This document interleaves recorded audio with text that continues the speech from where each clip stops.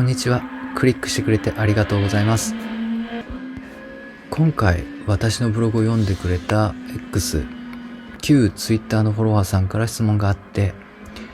グランツーリスモで遊ぶときにファナテックのポーディアムアドバンスドパドルモジュールのアナログパドル部分を使ってアクセルとブレーキができるのか、そしてプレステの純正コントローラーのトリガー部分である R2L2 同等の操作ができるのかという質問が来ました。こちらドイツのハンコンメーカーファナテックのフォーミュラ V2 というモデルです。現行品はフォーミュラ V2.5X という名前になります。私のパドルはオプション品ポーディアムアドバンスドパドルモジュールにアップグレードして使っています。通常は2枚のパドルがついているのですが、パドルが6枚になります。そしてマグネティックパドルの操作感が良くて、個人的にすごく気に入っています。下の2枚がアナログパドルになっていて、パドルの引く角度に応じて PC やゲーム機への出力信号が強くなっていきます。グランツーリスモではこれをアクセルやブレーキに当てることもできます。細かいことは概要ページに私のブログのリンクも貼っておきますので、もしよければ見てください。その質問をくださった方は足が不自由でペダルが使えないということなので、今回そのファナテックのこのアナログパドルを使ってグランツーリスモ7を本当に楽しめるのかという視点で検証をしてみたいと思います。グランツーリスモ7ではフォーミュラ V2 だとか V2.5X ステアリングを使用する場合は、中央のダイヤルを C に合わせると左アナログパドルがブレーキ、右アナログパドルがアクセルになります。アナログパドルのスプリングはそれなりに強いので、小指ではなく薬指で操作するのがおすすめです。親指をステアリングにかけて、人差し指で裏からステアリングを押さえるようになります。さらに両方から手のひらでステアリングを挟み込むように押さえて、ステアリングを支えます。薬指はアナログパドルにかかってしまうので、その分ステアリングは強い力を込めて握れなくなります。8Nm のモデルでは FFB は 60% 程度で十分に感じました。8Nm の場合はステアリングの暴れを抑えづらかったですし、カーブもあまり手に力が入りませんでした。スカのセクター1で NSX を使ったタイムトライアルをしました。慣れないパドル操作で操作を開始していって、途中 FFB を 60% まで落としました。これは GTDD Pro 8Nm の 60% なのでだいたい 5Nm になります。ステアリング角度センシティビティをオートから540度にして少しのハンドルの切れ角で曲がれるように調整しました。そういう調整も含んで30分程度でゴールドのタイムを達成できました。はじめはブレーキの時に足を動かしたりもしてしまいました。アナログパドルのストロークは結構大きいです。これを短くできないかと考えてみましたけども、グランツーリスモではパドルのストローク量を制御するオプションはありません。またパドルの位置をより手前に持ってこれるか見てみましたが、物理的な調整しろはありません。もっと軽いパドル用のスプリングを見つけてこられたら多少快適になるかもしれません。パソコンのシミュレーターであればパドルの操作量も調整できると思いますので、パドルの初期位置を何かパドルに挟み込んでオフセットさせておいてやると、手前にパドルを持ってこられて操作しやすくなるかもしれないと思います。これから約15分間、ゴールドになるまでの走りをただただ垂れ流しますので、ゴールドの時の走りを見たい方は最後の方まで飛ばしてみてください。